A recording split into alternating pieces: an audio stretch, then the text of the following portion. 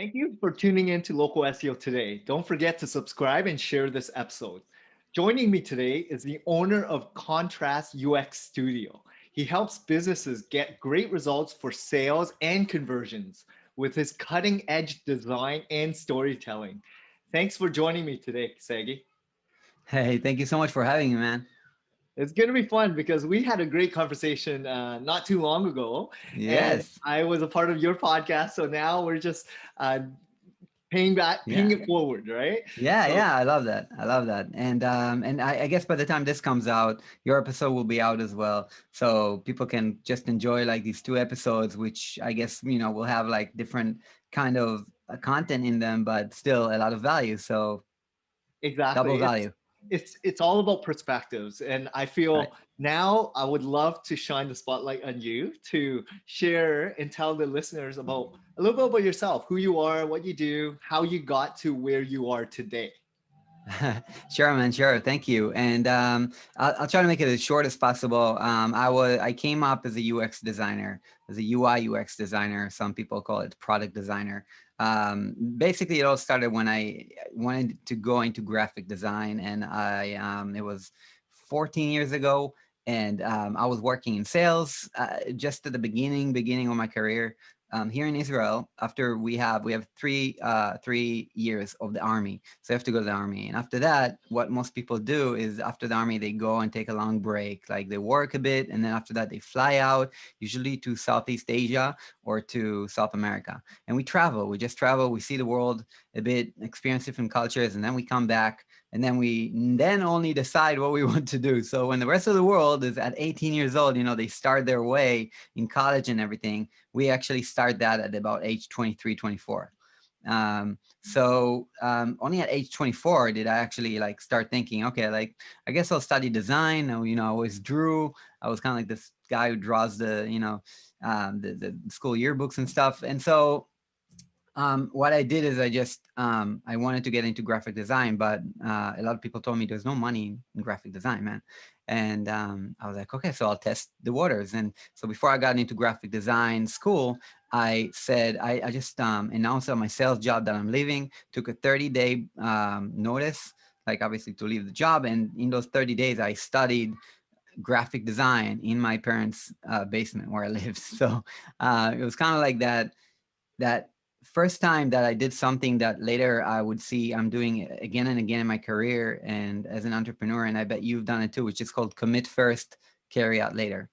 So I committed to just leaving the job and to just learning on the way. I said, I'll learn graphic design. I'll just start. I don't know how. I don't know how I'll get there. Yeah, I might not have a job for a while, but F it. Like you only live once, right? So I did that, and after 30 days, left my sales job, and I got my first job as a graphic designer. Basically, it's kind of like an intern in the studio, and that's where my graphic design kind of thing started. Fast forward a couple years later, I, I didn't stay for long in that specific studio. I became a freelance about 2 months later. Since then, I've been a freelance. Started graphic design in one of Israel's top design school. And when I was about to finish the design school, I was already creating websites on my own. I learned WordPress, PHP, a bit of coding, HTML, CSS, and I also started working just a bit with products like digital products, like which is a bit more than websites, applications and stuff.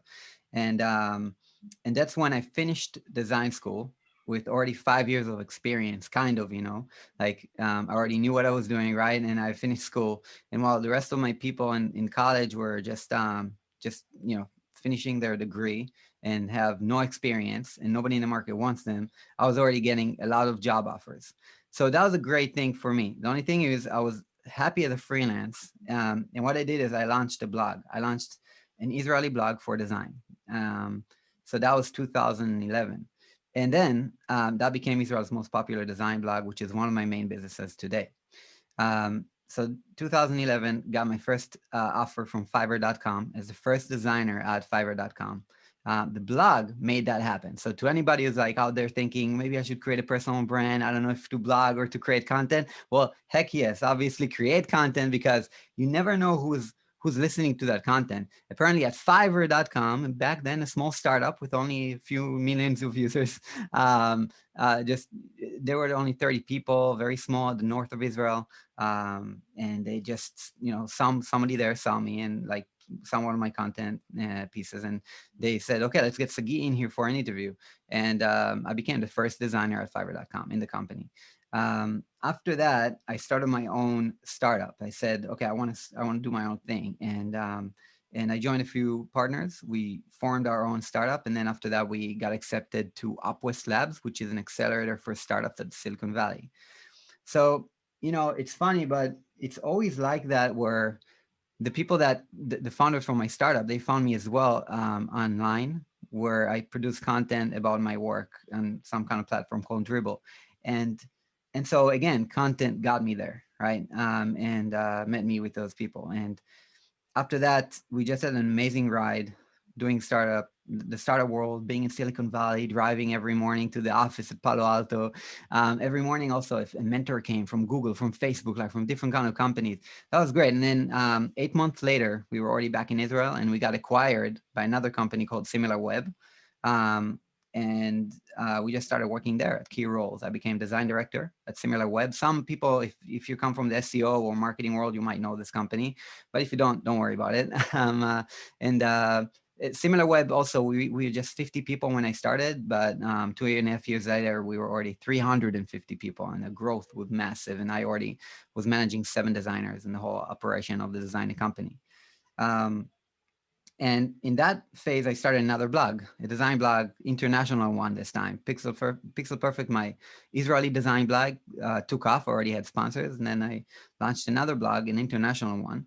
And that's where I started a podcast and it really took off back in 2014, 15. Podcasting was a thing, a new novel thing. And it took off really well. And that made me leave my day job eventually at SimilarWeb to go and do my blogs full time, develop my own thing. So for my story really begins though. This is just the backstory, but my story really begins a year after I left my day job. Because once I left SimilarWeb, I'm thinking I'm going back. Okay, Fiverr was a day job. My startup thing was we had investments. So I mean, we had like funding. So it wasn't really like, I had, so much like skin in the game. I was taking my own salary, right? And then it wasn't a salary like Fiverr or SimilarWeb, but it was definitely just a salary. I got by with no problem. And then after that, SimilarWeb was an amazing salary. It was great, like I had no problems. And also I had money coming in for my 2 side projects, Pixel Perfect and Hacking UI, which is what my international design blog. But then when I left SimilarWeb, that was the first time I was like a street cat, like first time, like you're out there, you're alone, like, okay, now you need to monetize. And I was actually not even, I'm telling you, like the word monetization was not even in my lexicon. Like I wasn't really thinking about it that way. I was just like, yeah, we're making money. We're having sponsors. Cool. Let's just like up the activity. The thing that we thought, my partner and I in that blog, we just thought maybe if we could be those cool kids that work 100% on our blog in cafes all day in Tel Aviv, in Israel, then we can just get by. We'll just, because obviously um, the year before we left, we had 66K as a side project in the blog from sponsorships and this kind of stuff. And then we said, well, now if we work on it full time, not just the side project, how much can we make? Maybe 200K, and that would be, a nice income for both of us. And well, that was a stupid thought because we had no plan. So we just said, okay, let's launch an online course. We launched an online course, first online course ever. How that is, and it's just not a big launch, and it took us a lot of months, and those months cost money. And after a year, I found myself in debt, like crazy debt. And my partner and I, we were already fighting all the time. Besides being crazy in debt already, because we couldn't monetize, we couldn't pull a salary. My partner was great. He didn't have any problem. He saved up a lot of the money. I didn't save up. I never saved up because I had like 2 kids and we just bought an apartment while I was at SimilarWeb. So basically I had no savings. And then I got in the red. So I took a loan, wasted that loan in 3 months. And so basically in May 2016, that was the time where I remember like one night I'm just, we couldn't monetize. I am about, back then I was like about 30K in debt. I didn't know, but I was actually 50K in debt because a few months later came a letter from the IRS saying I also owe them a lot of money. But for me, I was like 30K in debt, and I was never in such a debt, in the red. 2 weeks from when the credit cards get um, get cleared, and in Israel we don't have credit cards, we have debit cards. So that means like money comes off your bank account whether you're in the red or you're not. It doesn't matter. Like you're just going more in the red. Um, and and I didn't know how to monetize. I didn't know how I'm going to make my next dollar. So that was a tough situation. I was just walking my dog one night, and I just, I felt trapped. I was like, I left my day job at SimilarWeb, an amazing salary, an amazing opportunity, an amazing role. I had everything going, two very successful side projects, to be an entrepreneur, like, and right now, I wanted to have more time with my family, more time with my wife, more time with my kids. Back then, I already two kids already, and I was finding myself working my ass off and dealing with a partner that we always fought because he wanted me also to work all the time, while my wife never saw me or my kids. I was just working more than I was actually at SimilarWeb, and I was not even making money. I was actually like just not making money. So I was a failure. I felt like a failure to myself, to my partner, to my wife, to my kids, to my community. And So I how just old started. were you then, Sagi? Like 5 years? Old 30. I was that was about 5 years ago, and it was 2000, not 17. You Oh, meant. sorry, that was 2017. 2017. So 2017, yeah, it was like 4 years ago. So yeah, I was 34. Okay, so you're 30. 34, two Yeah. young children, just got a apartment, and you're now in debt, and you didn't know where your next paycheck's gonna be. You're pretty much Yeah, yeah. In the a apartment I got, like, freelancer consultant, and you're yeah, miserable because your wife is not happy, your best yeah, friend is not happy, your side yeah. project friend, Right. and you have no idea where you want to go with what Yeah. next, right? I don't Okay, know how to monetize myself, and okay. I thought about taking freelance clients because it was already like, I knew I was in the red. I was like, I need freelance clients, but my partner was like, yo, Sagi, like, you can't take on clients, like, it's not fair. Like, I'm not taking on clients, why are you taking on clients? Like, we should find a way to monetize. This ship is going down with us in it, or we just both jump off, and I the thing that followed me back then, and I don't know if that helps anybody over here, but I had the feeling, Sagi, you don't know what it's like to be a real entrepreneur. You want to be a real entrepreneur. Real entrepreneurs go down with the ship if they need to, and then they learn and rebuild themselves. But I was already feeling like I was down with the ship. Just my partner wasn't. He didn't have any problem because he saved up and everything, so he could live a lot of months without salary. But I was just really, really badly in financial in the worst financial spot I've ever been in. And so I was walking the dog outside, and I was just like, it was a cool breeze night. Weather was great. It's like clear sky, see the stars. And I'm like, why with all this beauty am I not feeling free? Like, why am I feeling so fucking trapped? And I had this, sorry for swearing. I don't know if you guys, if you have swear words, but then, and I was saying, like, kind of like equations, like you see in the movie, like around me, like, how do I mind life? Maybe I should do this, or maybe I should do that. And my head couldn't stop running, like, and running, and like, maybe I should do this, maybe I should do that. Ah, I'm a fucking failure. I'm ta ta ta ta ta. And then eventually, what happened was I just started crying, just like broke down, crying. My dog probably didn't understand what I was doing because he never saw me do that. And I was just like, I didn't know what to do. I just broke down. And I remember just like after like a minute or two, I was just catching myself. I'm like, well, yeah, it's like yeah, you crying. What does it mean? Like, is it what you? It's great, right? Just get out of your system. But what the f are you going to do about it now? That's exactly what was going through my mind. I think that thought alone changed everything, because when I said that, what the f are we going to do about it? That's when I really said, okay, I have what to do. Like, I can do something about it. And what I decided is to call up the entrepreneurs that I know and I appreciate.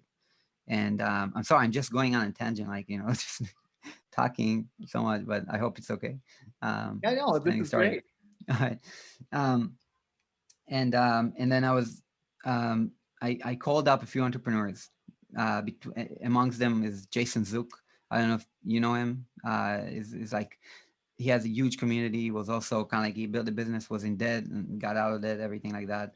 But he's a really big deal, like in the U.S. And I called him up, and he actually got in like a 2 hour Zoom call with me just to help me out, like and and um and he gave me a lot of advice. One of them was like, maybe it's time to leave your partner, like make hard choices and restart yourself. And that was the day where I told my partner I'm quitting. The next thing was I said I need a coach. And I called up a coach that I actually said no to before, complete mistake, who I read his book. His name was Calvin Wayman. And I read his book, which is called Fish Out of Water, by the way. And I recommend that to everyone here if you want Can to you get a, repeat the book again? yeah, it's called Fish Out of Water. Fish out of water. Okay. Fish Out of Water by Calvin Wayman. An amazing book, really. And it completely, when I read that book, I actually listened to an interview with him on Johnny Dumas's Entrepreneurs on Fire podcast. So after listening to the EO Fire podcast with him, I was like, this guy's an amazing storyteller and has an amazing story. He was in debt, he got coached, he pulled through. And I read his book, and his book was even more amazing. And I was like, wow, like these are so many things that I really feel right now. So I reached out to him on Facebook. Eventually said, listen, man, and that was 6 months before that day when I broke down and cried. That was 6 months before. I was already in a bit of trouble back then. I saw the train going in the wrong way, but I was not doing anything about it. And he said, look, man, like we can talk here. And like we got on the call, and he said, we can talk, but I can coach you and I can help you.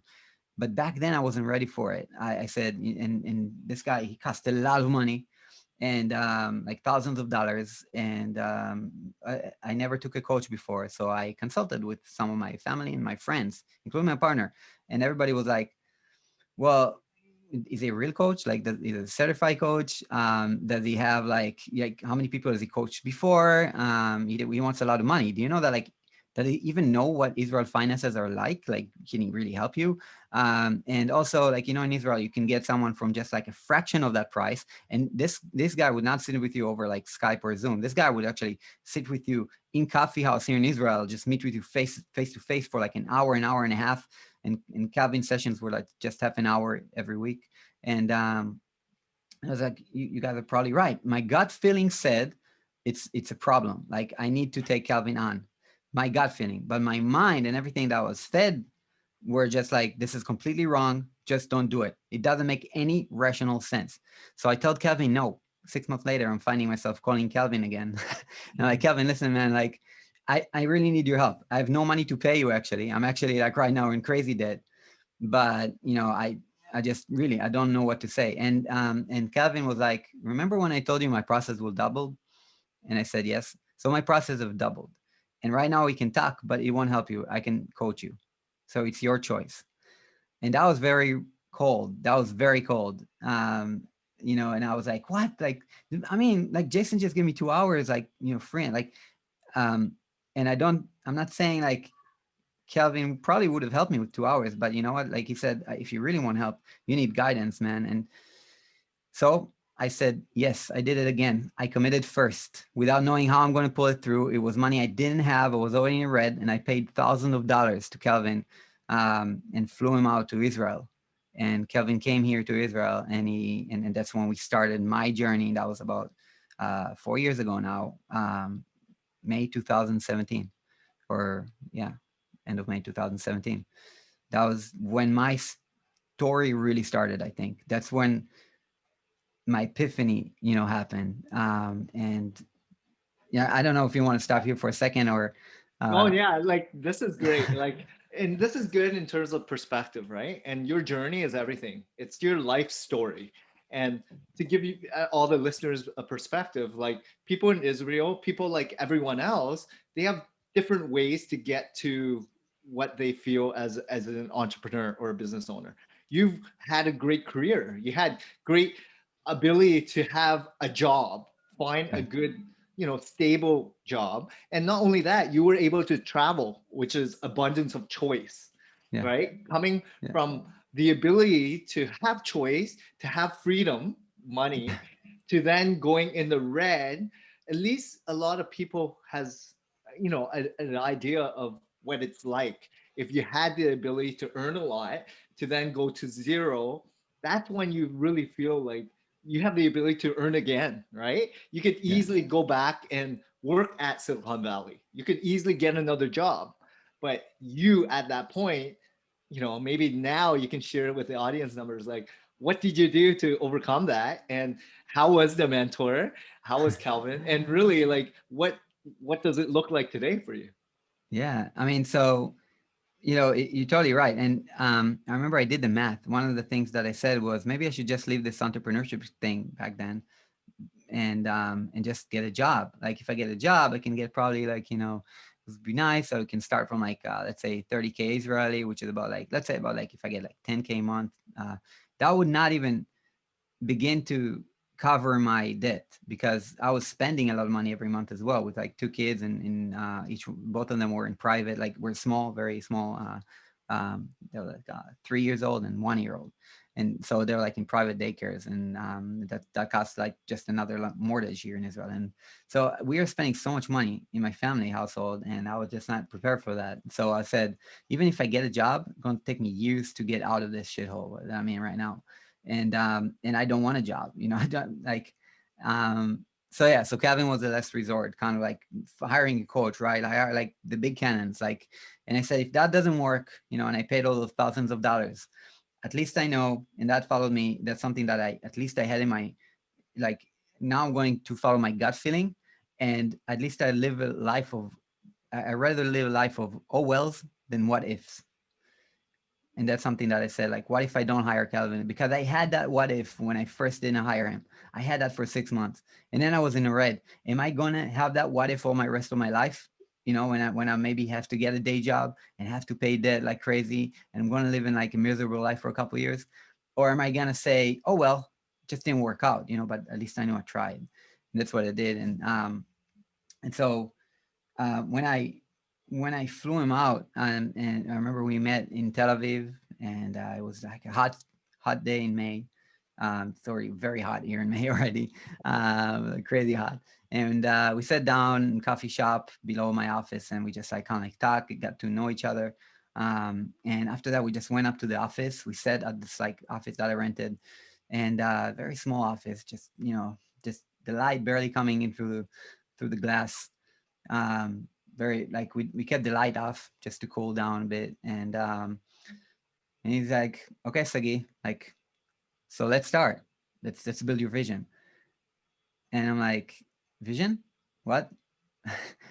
He's like, yeah, let's build your vision. Let's start doing it. And we did a meditation of I got a meditation of me like imagining myself in 10 years.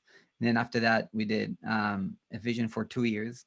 And then we got to the real deal. He's like, okay, Sagi, 6 months from now, and everybody, by the way, you can do this practice. Like if you're listening to this episode right now, I urge you, stop right now, pause, get a pen and paper and do this, what I'm doing right now. Okay. He's like, okay, so in 6 months from now, you wake up super effing proud of yourself. Can't wait to start the day. You are full of energy, full of light. You're just crushing it. You're so pumped. You're so just amazing. Like you're in awe. You're grateful for everything that you had going on in the past 6 months. So much you've accomplished, man. And it's just a normal day. So what do you have going on in life now? Just imagine. And I'm like, wow. So basically what he was asking me is like, and if you guys are doing this exercise right now, it's how do you feel if you're so proud of yourself? How do you feel when you're so accomplished? How do you feel when you're so just, grateful for everything you have at the moment? And imagine that in 6 months. And now think, in order for you to feel that, what do you have? Like, what have you achieved? What have you done?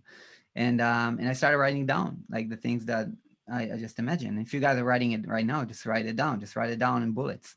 What do you have going on? And he had me tie it to feelings. So basically, after that, you have to go through that bullet list and write out. I feel proud and amazed to have an amazing relationship with my wife, going on date nights once a week at least. So those are the kind of things that I wrote down. Things with my family, things with my wife, things with my business.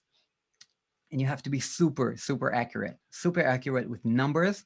With every bullet should be a bullet of a yes or no. If I come to you in like 6 months and ask you, like, hey, have you done it? And you can say yes or no, like very clear, right? Achievable, clear goal. And I wrote a couple things down. I wrote a lot of things down, but between everything, besides also clearing a lot of time for my kids and my family, my wife, there was three things that I wrote down. I wrote down one, I'm going to make at least it was I'm going to make 50K in 6 months from now. I would be really freaking happy if I make 50K um, Israeli shekels a month. And 50K Israeli shekels a month is about kind of like 14K US dollars, like 14K US dollars, let's say. Um, Maybe like 14 and a half. And then the second thing I wrote down, and I never made that. I never made like 14K. Like I never made 5 figures as a freelance. So just saying, putting it out there. No, I mean, even in my J job, I didn't make like 14K a month. And I said, if I make that in 6 months from now, wow, that I'll be in such a good spot. Like that would be amazing for me. And then I said, if I also make, so if I do that, I'm also going to open a community, and I'm open a community not for designers this time, but for entrepreneurs, for people that are also having their own businesses and they want to crush it. And I'm going to help them build their vision. I want to help them succeed. And that was the second bullet. And the third one was, if I have those things going on for me that I just wrote down, that means that I've made it. That means I made it in 6 months. That would be so amazing that I would actually be booked already, not already appeared on, but booked already to be appeared on one popular podcast, either Pat Flynn's Smart Passive Income or John Lee Dumas's EO Fire. I wrote those two names down, Pat Flynn and John Lee Dumas. Those are the two names I wrote. I wrote that down on a piece of paper, May 2017. And lo and behold, it was pretty crazy. Obviously, there was a lot of ups and downs in those 6 months.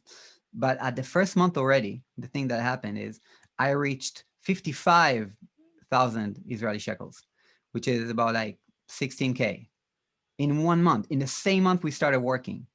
And I was like, whoa, like what just happened, you know?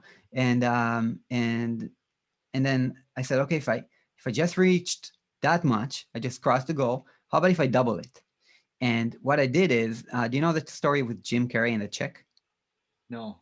No? Oh, so Jim Carrey comes to Hollywood. Nobody knows him, right? He came to Hollywood just to live there, just moved there.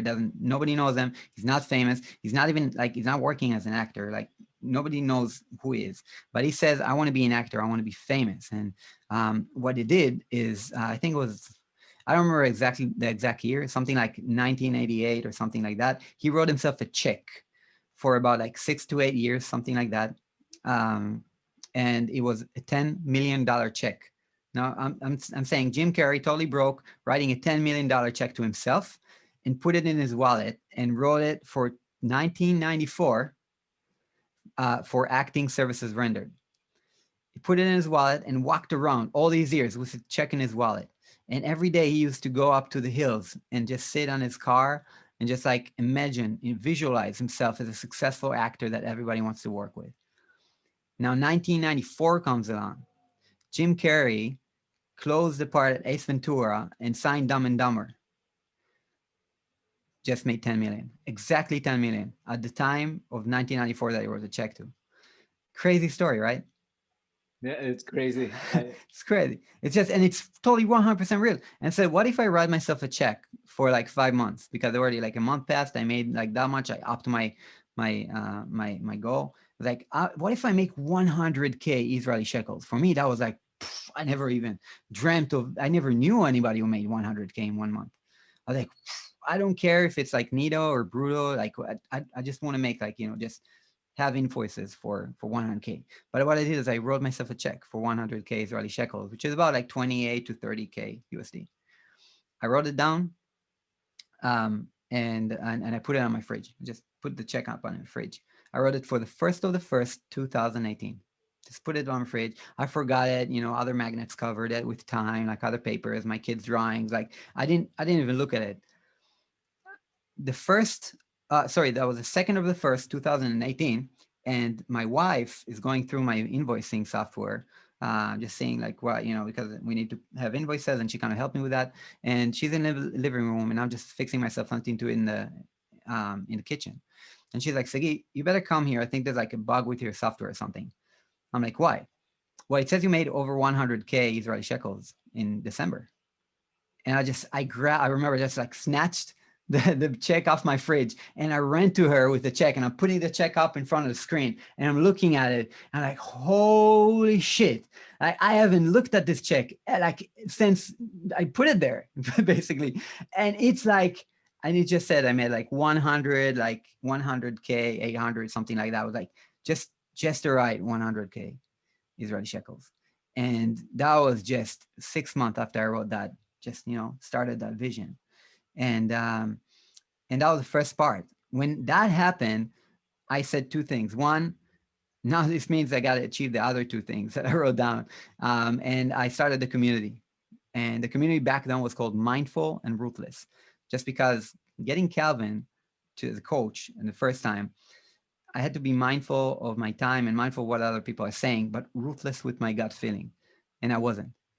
The second time around, I was ruthless with my gut feeling. So Mindful and Ruthless was the name of the community. Right now it's called Commit First, and you were in the podcast. But Mindful and Ruthless is the business name still, Mindful and Ruthless Ltd. So, um, and so I created the community, and I also flew out. I treated myself for this as a gift. I treated myself with a flight to some conferences in the US. One of them was Social Media Marketing World. I flew out to 10X conference by Grant Cardone. It was amazing in Las Vegas. Then we drove to San Diego. Calvin met me at Las Vegas, and then we drove together to San Diego for Social Media Marketing World. And we were just there. And I knew Pat Flynn was going to be there. So I guess subconsciously, I was saying, I'm going to be there no matter what, just to shake his hand in the hallway, because it was one of the names on my paper. And so Pat Flynn was like, I said, if I just shake his hand in the hallway, that will be enough for me for now. In my mind, again, in this podcast, he doesn't know me. I'm still an anonymous entrepreneur from Israel. And he's like this big shot I'm following for a couple of years, right? With millions, like a 7-figure millionaire, like walking around as a celeb. At the night that we got there, we got word that Pat Flynn is throwing a meetup at WeWork San Diego, downtown San Diego, the night before the conference. And I said, I got to be there. But there was no tickets. So lo and behold, as soon as I say I got to be there, no matter the tickets, a notification appeared on my Facebook of someone that I just know in the group that of the volunteers in social media marketing world that said, I'm on jet lag. Who wants my ticket to the meetup? I grab that. I answer him. He gives me the ticket. I go that night to WeWork in San Diego, downtown San Diego. Now imagine yourself, like I'm just like imagine the scenario. Like I'm just an Israeli, kind of like it was a long time before I've been in the US before that. I just like flew on my own dime, just walking the streets of San Diego, just feeling the big America. I kind of just like enjoying myself. Walking my way up to the meetup with Pat Flynn, which is someone I've followed for years in my ears as a podcast. It's for years. And I just got to there. It was crazy packed, and I see a line. So I just start counting the people. Like just like follow the people. Okay, wow, that's a long line. I'm just like following it with my eyes, just trying to see where the line ends. Just walking, like just following the line. Okay. And then at the end of the line, I see Pat Flynn. I'm just like going crazy, like whoa. And I'm like, okay, I got to get in line. But then I see another line. I'm like, where does this line go? So I'm just like, I'm starting to follow the line again. I'm like, okay, just following the line, following. And then at the end of the line, lo and behold, JLD, John Lee Dumas, is standing in the same freaking space with Pat Flynn, the two names that were on my list, in the same space. Like, what are the odds? Just about 7 months after I wrote those two names on a piece of paper. And so if that's not manifestation, I really don't know what is, and I was just standing there. I'm like, this can't be real. But I was still standing in a half an hour line to just talk to Pat. Um, and what happened was I reached out, I got to Pat, and we can talk about how I did it, but I connected with Pat. And the short story is, and I probably bad storytelling, but we got to keep it, that would be another whole story. But um, um, I got connected with Pat and JLD that same night. And 2 weeks later, I got accepted to Pat Flynn's mastermind as the only person out of the US. 12 people only from his whole entire hundreds of thousands of followers on his list. 12 people were accepted to this mastermind. I was one of them. And also, besides that, JLD reached out, followed up, and I started designing his homepage. And so JLD's homepage is like my design, the top part of the homepage. And that was like huge, right? Like, and the first thing that happened when I closed the mastermind, Pat was like, listen, man, I gotta get your story on our podcast, so let's book it right now. And we booked it. So again, that was like, I guess, 8 months after I wrote it down on a piece of paper. But 8 months later, I was booked on being on SPI.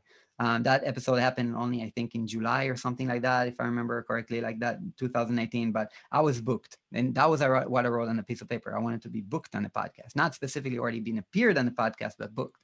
Um, so miracles can happen. Attraction, law of attraction is a real thing. Manifestation works. There are techniques to get there. We can talk about that for sure. The journey is not easy. I left a lot of details about the raw, painful nights and days and sacrifices that I had to make along the way. But the sacrifice was definitely not my family. I actually had more time with my family and my kids. And the sacrifice was not sleep hours. So I say, it's real and you can make it work. That's amazing. I mean, when I was probably in my 20s, I was watching and reading about The Secret, right? Lisa Right. Nichols. Actually, a couple of years ago, I went to an event. Lisa Nichols was there. As powerful. Nice. I mean, I was Mhm. always in sales, so for me, it was all about the vision board. It's all about goal setting. It's all about like really holding yourself accountable and making growth actions, right? Yeah. So I Yeah. love that story. I love how you've actually made it a point to explain it, story tell it, and get to a point in your life where you're like proud, right? Like you feel you have made a difference in people's lives. So, question, and out of curiosity, so I know now that you know Pat and you've been on JLD's Yeah. Entrepreneurial Fire, Right. was that a big pivotal point in your business where you would then broadcast on their podcast with thousands of listeners? Mhm. Did that make a difference into your community and your story? Like, did you find that there were a lot Yeah. of followers suddenly gravitating towards you? Like, what difference did Yeah. it make? Was it more psychological or was it actually impactful in terms of your business? It was impactful 100%. I mean, that year I launched my first mastermind.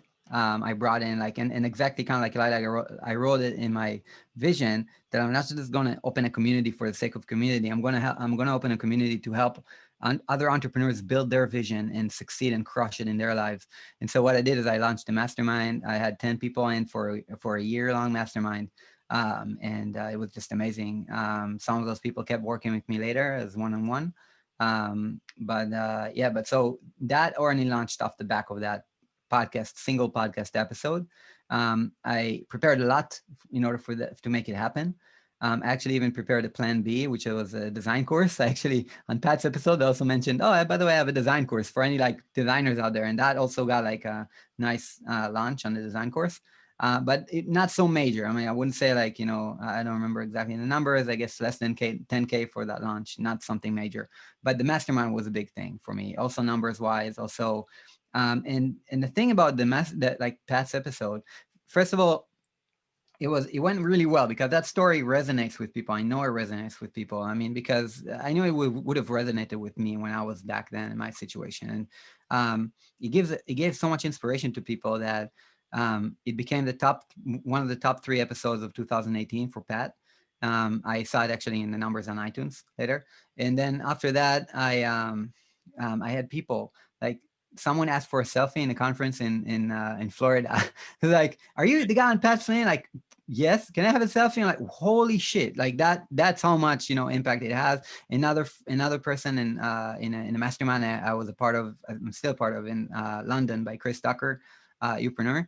And I was in London in the mastermind event, and that evening we went to a dinner, the whole like mastermind, and I was just sitting next to someone, and like and we're just exchanging like, what do you do? What do you do? And I'm like, wait a second, man, like you were the guy in Pat Flame's SPI. Man, you give me so much inspiration. It's one of the reasons that I'm here now sitting at the table with you. Like, and that was, that was a huge thing. And so it got me a lot of attention back then, a lot of podcast interviews, um, a lot of buzz. That was huge. And for my community, I can't say it blew it up to the masses, but it's still like in about a few weeks, I had about 2,000 people join my Facebook group back then. So 2,000 people is a lot of people. Like, and everybody already heard my story and was there because they wanted to get more of me.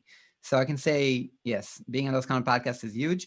And I can say and share that on JLD's podcast, which was a few years later, I actually shared because I have a few businesses. So I kind of like went for the UI UX design agency one. Complete mistake. I would never do that again. And because one, this business is already like going great. I don't have to get on podcast to promote that business. And also it's not inspirational. It's just, so I give some tips for getting better conversion on your websites. That's what I did on JLD's episode. It wasn't telling my story. It was just like kind of like being practical, giving like nice tips for raising your conversion by design. So yeah, it got me some people that are interested now in my design courses and stuff like that. But it was not even close in magnitude to what was on Pat Flame's episode when I just shared my story. So I think inspiration is big, and that's my real passion. Like my real passion is like helping other entrepreneurs, crush it like that, to give inspiration, to let people know, everybody's listening right now to the show, to let people know it's possible. It's possible to manifest anything into your life. Just, you need a vision. Like, do you have a vision? Do you have clarity of what you want to get? And I know you and I kind of talked about it as well, just after our podcast episode. And we actually talked about where I lack clarity at the moment. And kind of, we talked about that as well. So pretty much Yeah, it. I love the fact that you're at least, I think you gave some great tips on being a podcast, being a guest on podcast. Be yourself, right? Right. Be vulnerable, but Right. story tell. And that's Hmm. so big versus trying to sell, right? People can tell if you're Right. in it for that pitch, right? Yeah. But if you're there to really let people in about who you are, because it's a more of a long-term play, right? It's more Right. about letting people in about what you do, great, Yeah. but how did you get to where you are? That's more important. And what Right. drives you? What's your desire to win? What can you Yeah. help other people with? And if that's inspiring and it touches others, they will gravitate towards you or not. Right. And I love that because that's what Yeah. I've been in sales. We learn a lot about this. In order to make that small ticket or large ticket item, you have to Yeah. play with people's emotions. And for Definitely. you, you have to be vulnerable too. You have to let it all out and let people know like they Yeah. are the focal point and understand what their audience wants. Definitely. I so agree. And I think selling, either selling, yourself or a concept or anything like that, it's all about storytelling. And I see it as part of sales.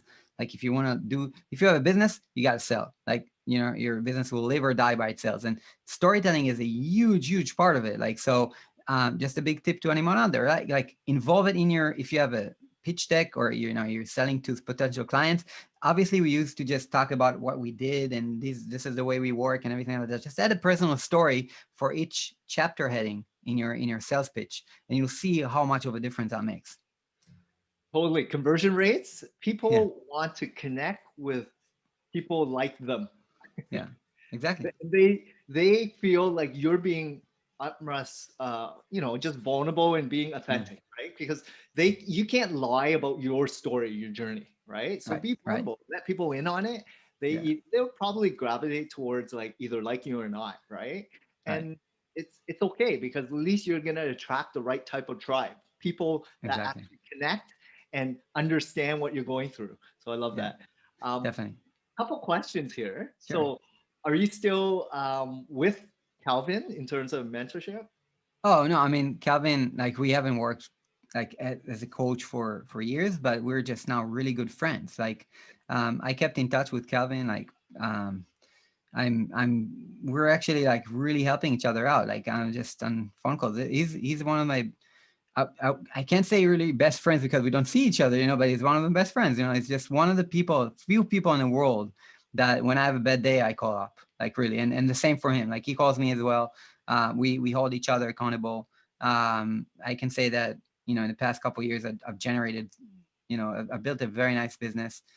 So basically, I kind of, in a way, kind of cut up to be credible, to be able to also like, you know, maybe give some advice to Calvin back and stuff. But it's Kevin is just amazing. His book is amazing, and he's still a mentor to me. So I see him like as a friend, as a mentor. You know, it's kind of like, but he's a real friend. I think that's the most important thing. Like when I have a hard day, I can call him, and I can talk openly with him. And that's so important as an entrepreneur for all the Yeah, listeners. You have to understand you are lonely when you're doing it all by yourself. You need people that understand perspective what you're going through, not just on a mental state, relationship state, lifestyle state. You need to understand what's going on in your life, and you have to be letting people in on it. yeah, And the more people that trust you, that you trust others, then you're going to be more vulnerable. And yeah, this is all about relationship building. That's one of yeah. my biggest key foundations on not just building a business and being successful. It's about life, right? Like, Right, who do right. you surround yourself with? Probably your friends and family, the most close tie, but your Mhm. business circle of Right, influence, which is coaches, mentors, or communities, or your clients, staff, any of those. You need a good handful of them that yeah, trust you inside out. And gut wise, you can throw ideas and bounce it off, and they'll be honest with you. And they'll right. give you their perspective, and you either use it or not, but at least you can trust that they're going to give you honest feedback without trying to sell you something. Hmm. I so much agree, man. Like, and if you any of you listening to this have read Think and Grow Rich by Napoleon Hill, he talks, you know, exposes the mastermind concept and everything like that. And I can say just a few things about masterminds. One is masterminds are a thing that you can form with friends, you know, obviously, and have friends that hold you accountable and network in order to find those friends that are at the same level as you. I always say network with people at the same level of you, network with people that are a few steps above you, and network with people that are a few steps below you to help them out. And that way it's kind of karma. And the people that are in your level, more or less, you guys can hold each other accountable. Like I'm not gonna call up Pat when I have a bad day. I just can't, right? I can't reach him like that. He's still kind of like my mentor. Like I've been a year with him. Like he really helped me in my business. And and you know, if we meet, like we have that hug and love, obviously, but you know, like as a mentor, Pat Flynn is not a friend that I can say, you know, is someone I call up on a bad day. I can't. This guy's too out, like a few steps ahead of me. He's out of my league. Really, like that's what I feel. Um, um, and that's I some people say, but Sagi, you're both like human beings, like but yeah, there's an evolution of an entrepreneur. Like he has a completely different mindset. If I come to Pat with my problems, that's problems he passed years ago. He doesn't have a circle like that. I can't give him any value at all. Like he passed my stage, and therefore you need people on your level that have your problems, that have your same level of like problems. And usually it's also around the how much they make and you make and stuff like that, like or are you guys in the same game, same values? So you have to always keep a networking in order to find those people. Second thing is masterminds can be formed with those people. And so I have a few people here in Israel, which are also entrepreneurs, content creators, and kind of like me, also on the same level of income and everything like that. Um, all are doing different things, but we're kind of like we can bounce each other like ideas off each other. So what we do is every couple of months we meet for like almost a full day of work, and we mastermind. We break each other's businesses apart. That's invaluable. Like that's amazing. Those guys are friends. We also meet for dinner sometimes, just not to mastermind, but we are friends, but we also are kind of like a mastermind. So you guys can form different masterminds of like with friends. And the third thing is um and that way, John, like you can speak your I know you have kind of like a different take on it, but there's the masterminds that you pay a lot of money to. And those are masterminds of people that you just, like pass playing. Like I paid a lot of money to be in that mastermind, and I paid since then for other masterminds. And that way you connect with people that are in the mastermind that are at your level. That's a great way to connect with those people. And also with people like Pat or anything like that, that you want to get, on their radar or close to them and learn from them more closely. That's a way to buy into their attention, because obviously, you have no other way to do that. So for me, rubbing shoulders with Pat, being in a villa in San Diego for like 2 days, just like completely breaking each other's businesses apart, and Pat giving like mentorship, and us going to dinner together, and actually eating together in the villa like a couple times a day, like, and just talking, like rubbing shoulder with these kind of people. That's priceless sometimes. um, I can say I learned so much from him about his mindset mostly, and about how he takes things. And getting to know those people is just, also invaluable. So yeah, it costs a lot of money, but still, I think it's a good investment. So sometimes you also, not sometimes, I think always, kind of like you got to invest in your personal development in that way as well. Yeah, and I totally agree. Like, depending on where you're at with your business, like you got to Mhm. figure out what fits your business and lifestyle and what you want to do with it. You either Right. go full on throttle and grow and learn how to do it properly, the right way, shrink time, pay for it, get the right expertise, people that have done it before you honestly trust, and Yeah. or you try to figure out yourself. There's a lot of books, Yeah. blogs, videos, all these other things, Right. communities even, but people want to shrink time typically, especially Right. in the growth phase, right? But Yeah. I would say it all depends on your lifestyle, situation, where you're coming from, like a lot of Yeah. factors, and you have to have perspective in everything.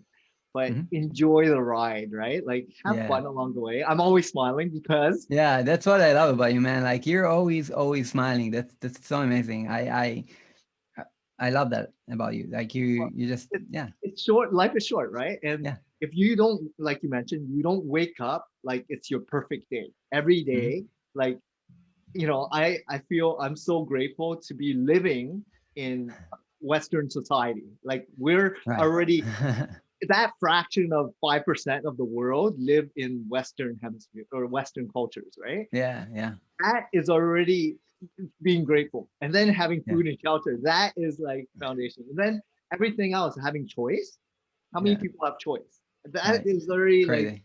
I look at that and I'm like, wow, it's incredible what I have and what other people, if I can help other people, that's amazing. Right. Right. Um, Yeah. couple questions, Sagi. So, Sure. you mentioned, your journey and whatnot. Can you maybe give some advice on some of the biggest mistakes or Mm. problems that you encountered in the last couple of years since you kind of Yeah. started your new, you know, Yeah. endeavors? Great question. Yeah. So, wow, I had a huge downfall in 2019.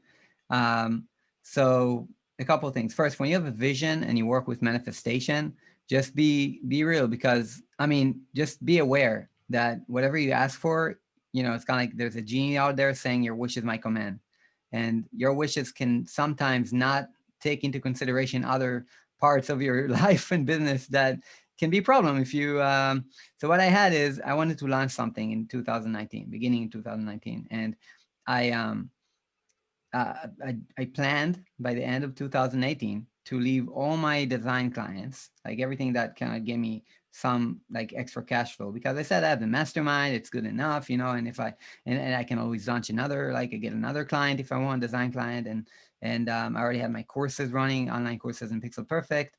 And I launched a couple successful ones in 2019, and like I was on a roll.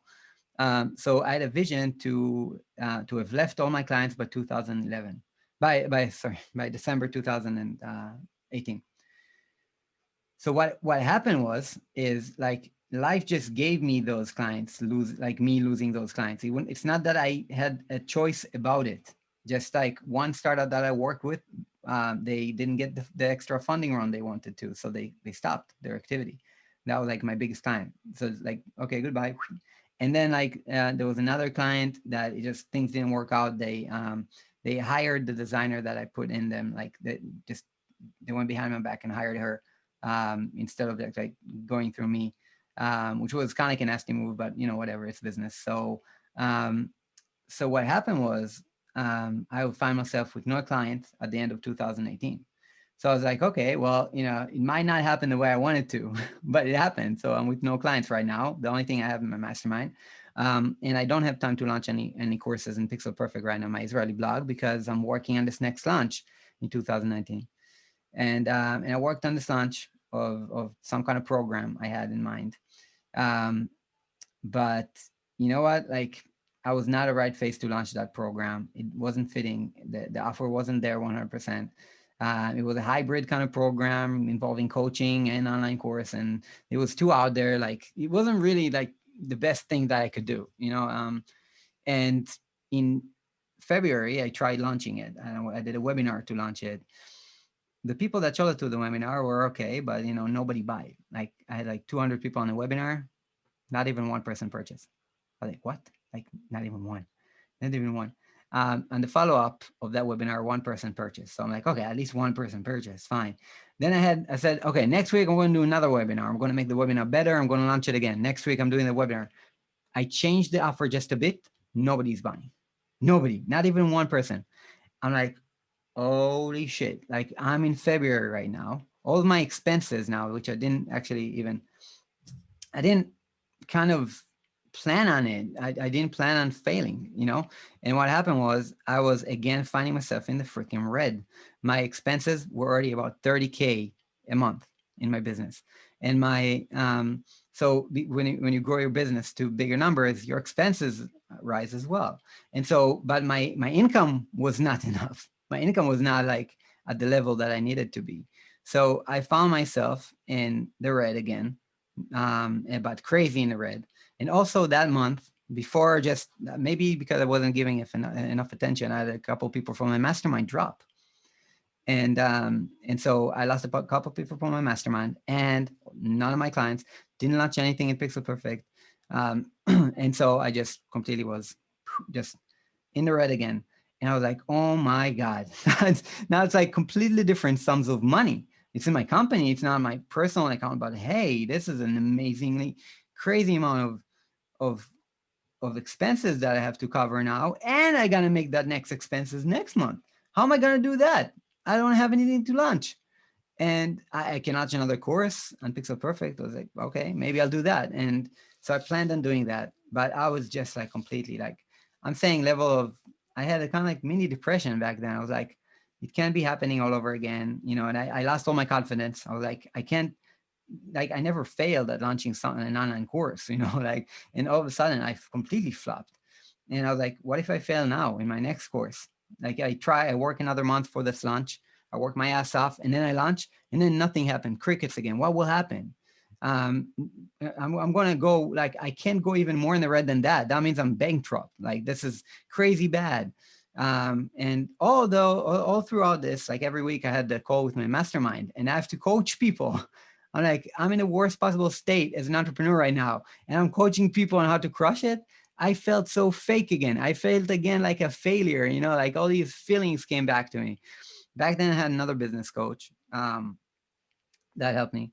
And and he just told me like, Sagi, you got to launch something. And this is the lesson. So a lot of stories, but this is the lesson right here. So he told me, Sagi, like no matter what, whatever you want to launch, just decide on it, commit to it. You're already good with that. But just detach yourself from the results. And I'm like, huh, like how the f am I going to?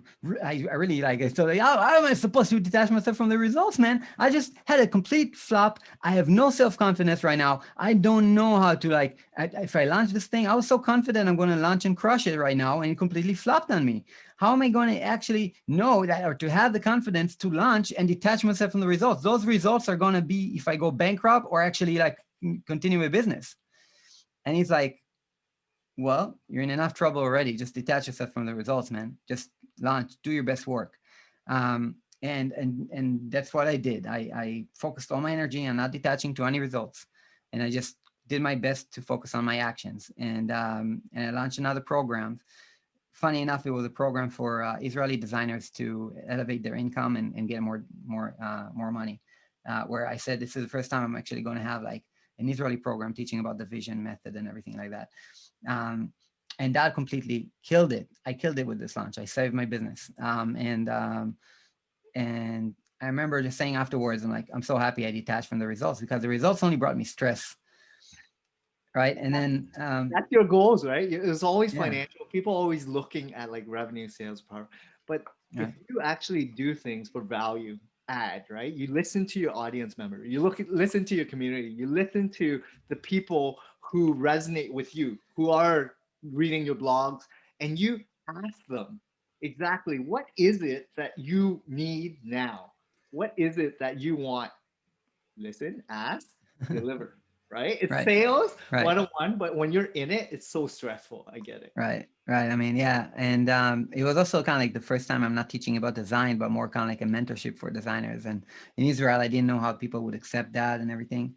But yeah, but that same in 2019 in September, I think it was, Tony Robbins came to Israel, and Tony Robbins showed a graph of how people work, like, and it's not accurate, but it's where it's all connected to me. It's there right then and there. And in September when I was at this event, I just remember just, oh my God, like I'm going back to March that year when I launched that program and detached myself from that, all connected. So what he showed is a graph, and this is not a video, right? This is this right, what we're doing right now is only audio, right? Video and audio. Video and audio. Okay, so I'm going to draw it out for the video, and I'm just going to, if you're on an audio, I will describe what I'm drawing. Okay, so, and I'm gonna give it like this. So what we have at the end of the day, if we're looking at what we want to achieve and everything, obviously it's the results, right? So I'm going to draw a square. I'm taking a piece of paper, an A4 paper, and on the bottom right, I'm drawing a square, and I'm writing down results in it. Now, do this with me, everyone.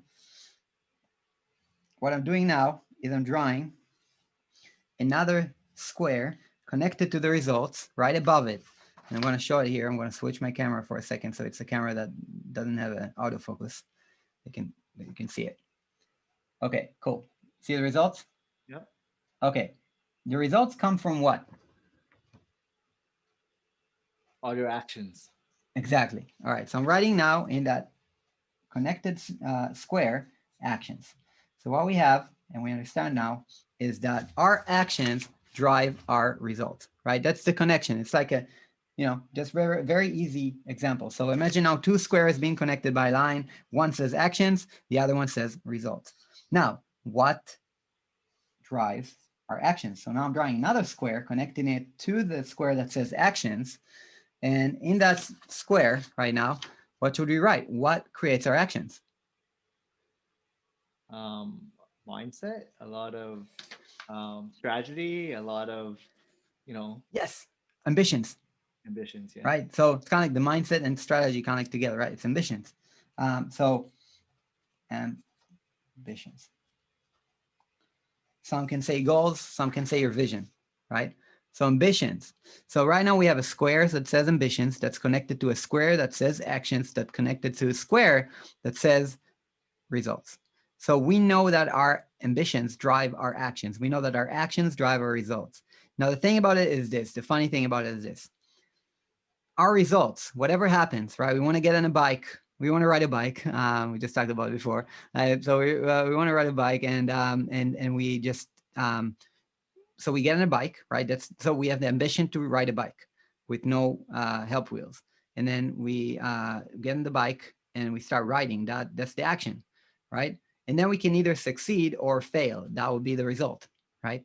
So that connects and ties in. And now I'm drawing another square from results.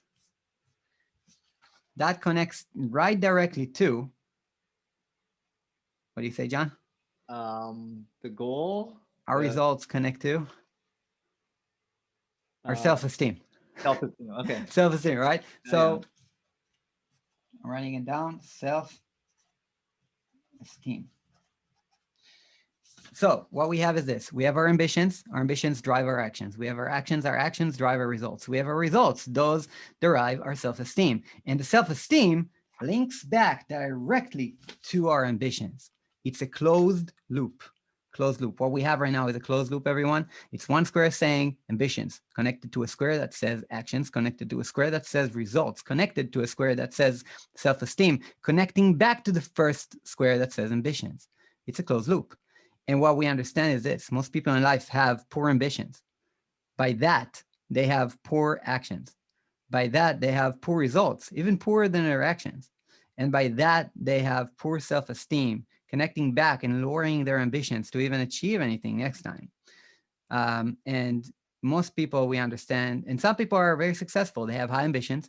They take a massive amount of action and they have amazing results.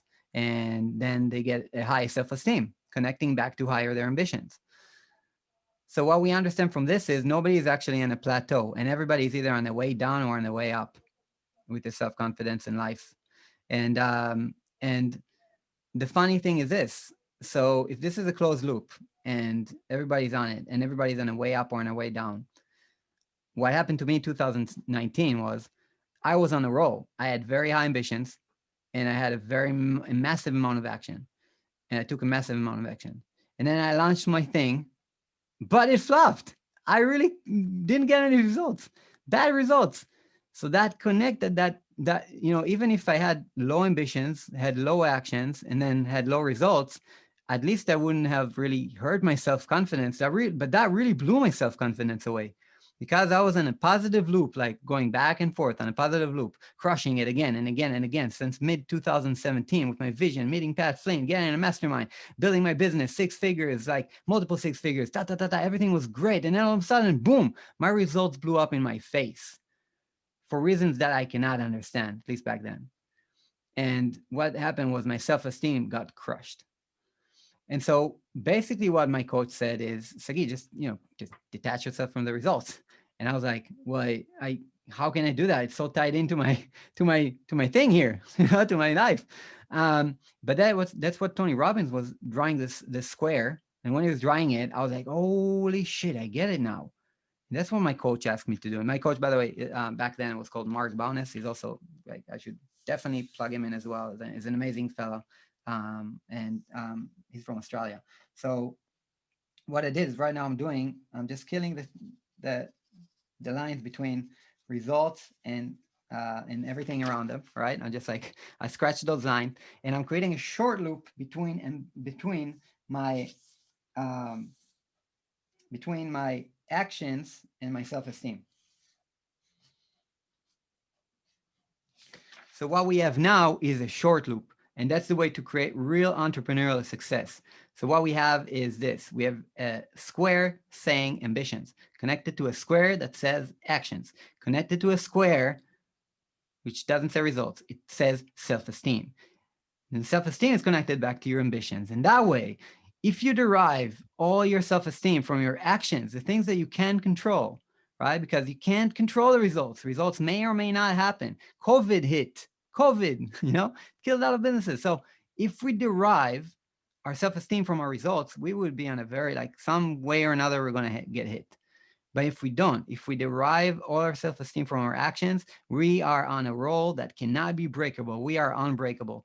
And that's the lesson I learned in 2019. Follow me since then. Now I have it in my methodology. This is graph is in my mind forever. That's amazing, Sagi. I love that. And I love Tony Robbins. I've met him a couple times in a lot of these conferences. And I think, these are the things that resonate with a lot of business owners and entrepreneurs, because they are going through this rat circle and Right. this spinning race of, yes, they're absorbing a lot of content, they're reading, they're doing, they're growing, but they're frustrated because nothing seems to be happening. It's not moving the needle. You're Right. not getting 10, 20, 100, 50, 100, whatever, likes, shares, revenue. And so Yeah. you feel like, what am I doing wrong? You're Right. doubting yourself. You start Right. questioning all the actions that you're taking. But the key, and I learned this in sales, is you got to keep that momentum. You got to have good habits ingrained, and perspective is everything. As Yeah. long as you continue with different tasks, different actions, trying different things, pivoting, growing, and it's okay. You're going to fail, but eventually things are going to happen and ripen, and fruits will win at the end of the day. but you gotta stay positive. And that's why I'm always smiling because I know the importance of continuous action, Yeah, continuous growth. And yeah, yes, revenue and target has no metric in my world. yeah, Eventually it will, things will happen. But if yeah. you continue staying the course, it's gonna keep you happy. And that's the most important thing. Like Definitely. progress and happiness and joy. That's business Yeah, ownership. yeah. I mean, I love that. And I think, yeah, just it's it's a huge thing. Like, just remember, your happiness is the most important thing. Complete other episode to talk about happiness and how the mind perceives happiness, right? But yeah, I mean, I'm just, John, thank you so much for having me here, and Yeah, also, final thoughts. I know we're near the end. I just wanted to ask you, how do some of the listeners get a hold of you, reach out to you? Is there a website? Um, if you don't sure. mind sharing that, Sagi. Sure, sure. Thanks so much. And so first of all, everybody, we talked about storytelling. I just know that I wanted to plug that in. I didn't expect to say it, but if you DM me on Instagram, and you can find me at Sagi Shrieber on Instagram, it's Sagi and then Shrieber, Sagi Shrieber. You just search for me, and you'll probably find me. And yeah, you send me a DM saying storytelling, and I will send you a podcast episode where I talk about storytelling, that actually creating your story, just breaking down what's your story and how to tell it.